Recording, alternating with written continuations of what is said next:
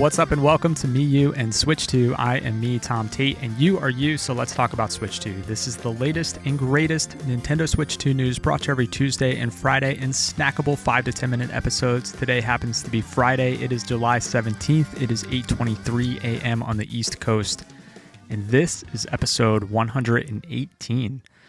I hope that your week has been good. It's been a long one for me. You know, the work week after a vacation is always a lot, right? You have a lot of catch up that you're playing early on, and things just continue to pile up. And you got to get back into the groove, right?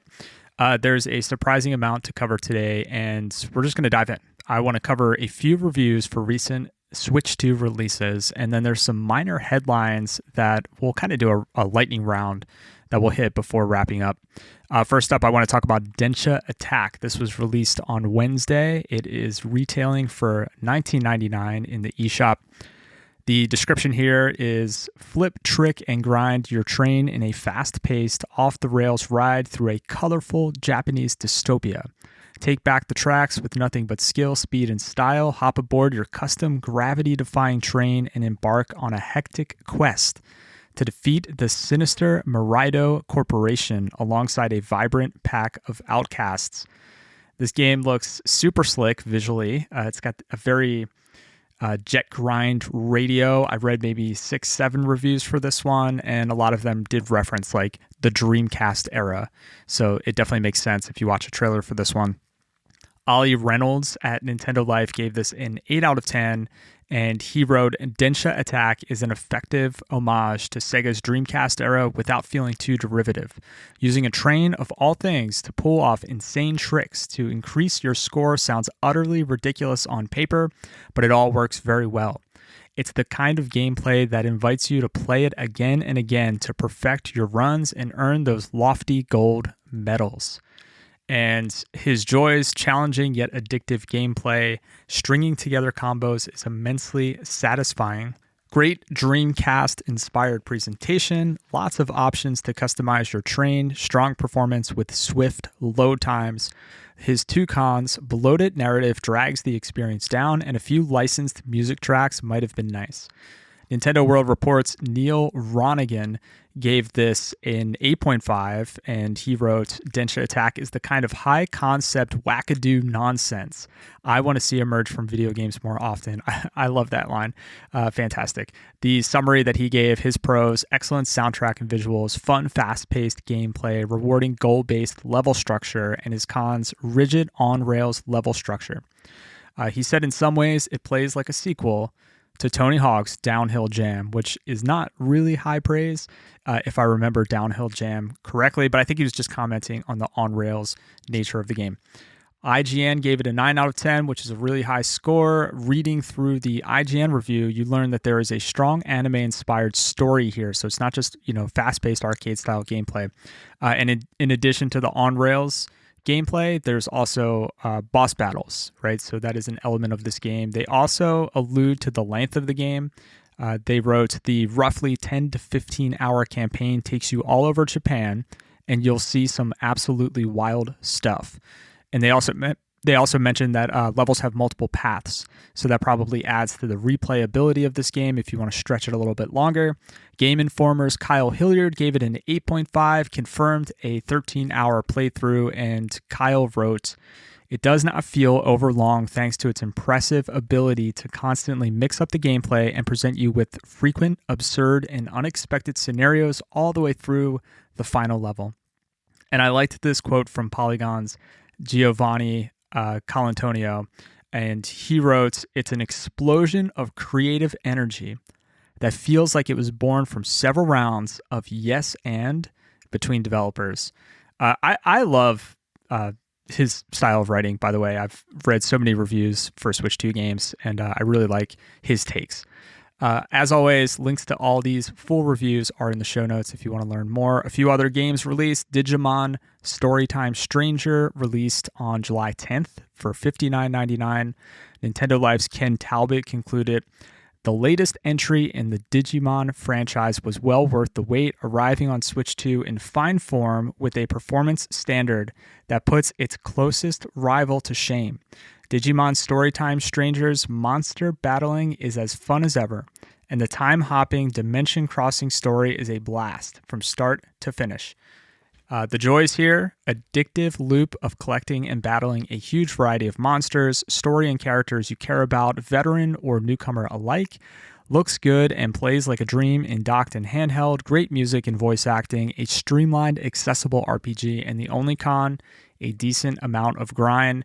They gave it a 9 out of 10. So you're getting a lot of game here. Ken said that it was north of 100 hours if you wanted to see everything.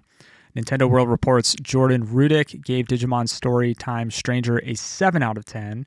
The pros here: smooth Switch 2 performance, some interesting story beats with time travel. The cons: lack of main villain, some convoluted progression in Digimon categorizing. Nintendo Insider's Sean Musgrave gave it an 8 out of 10, writing, Time Stranger is a good time all around, even if it doesn't reinvent the proverbial wheel as far as RPGs go. Next up, we've got D-Topia from Annapurna Interactive. I've had my eye on this one for a bit. This released on Tuesday for $20, but it's $17.99 at the moment. I was really excited. I was kind of stoked for this one, but Nintendo Life actually gave it a 6 out of 10, which is a bit of a low score for them.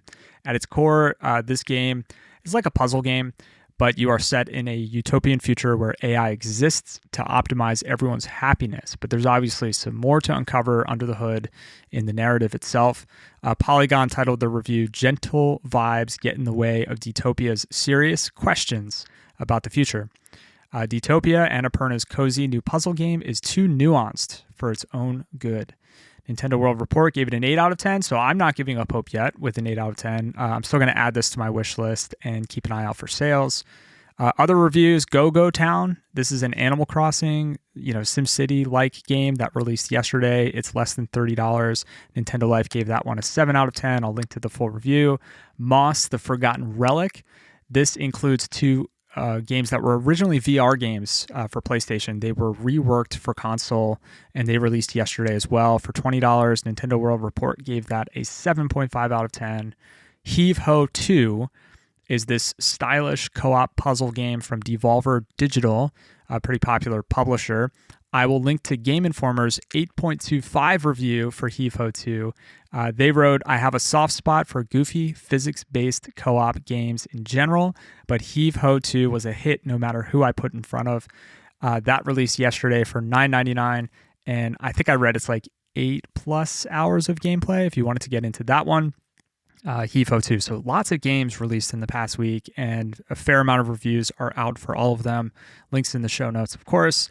Okay, let's speed run the headlines. I will get you back to starting your weekend, which is what I'm sure you want to do.